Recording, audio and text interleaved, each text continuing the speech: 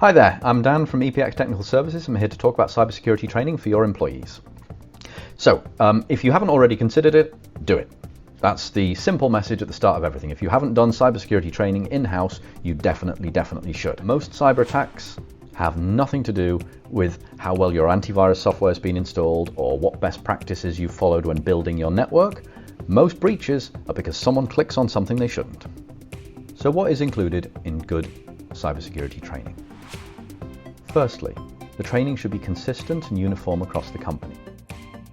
You'd like everyone working in the same way, reacting to matters and issues, anything that comes up in the same way as one another. It makes it much easier to track and much easier to spot any potential issues there. Secondly, company-wide, the training should apply to every single person within the company. It's not just an executive level thing because the bosses have access to the accounts and the HR. It's nothing like that.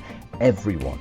Hackers will find their way in any way they can. If you've got a person who is not particularly tech savvy, so they don't use the computer very much, they definitely need cybersecurity training, almost more than everybody else. It's the people who don't use the computer that often who are the most at risk, or people who don't receive that many emails that are most at risk. So every single person, company-wide training. Number 3, regularly test the training. There have been some studies done where employees in a company were tested every 4, 6, 8, 10, and 12 months. And the training model that proved the most reliable, the most consistent, was when they were tested every 4 months. So if you've done any cybersecurity training, you should be testing it. Now, the good news is you don't need to send an exam to everybody. You don't need to bring them all into the training room and book the expensive trainer to come in. You just need to create situations which test them.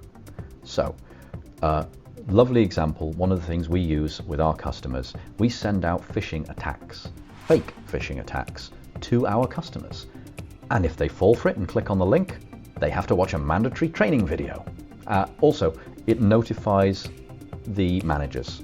So it alerts us and it alerts the company and our customers as to who needs the most training. Number 4, about what constitutes good training, is board level engagement. You have to have all the stakeholders on board with this. If you don't, you will not get the initiatives through.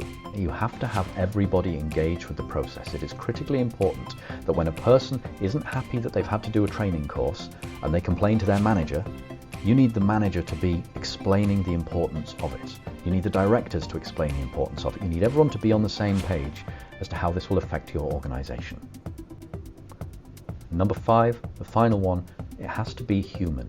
It's not just, here's how to save a file correctly, here's the right password to use.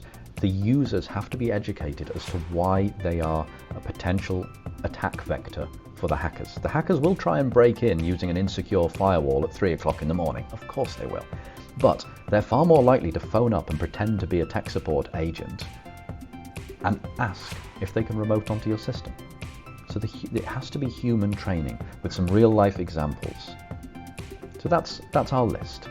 If you would like to talk to us about some of our simulated attacks, social engineering attacks, phishing attacks that we can completely automate, please give us a shout. Give us a call. Your account managers are available to help with this kind of thing.